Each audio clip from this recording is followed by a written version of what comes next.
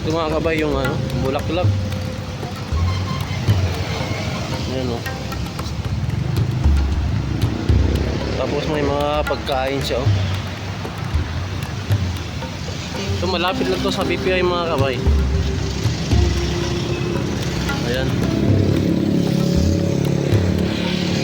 Dito pala sa nang pinangyarihan yung ano, binaril na Koreano. Tapos maraming mga nag-alay na bulaklak, pagkain. Tapos malapit lang to siya sa ano, highway. Ito oh.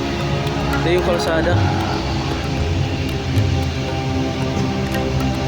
Tapos doon malapit lang din sa ano, Korean Town. Ayun, daming bulaklak oh. Tapos pagkain, saging, alak.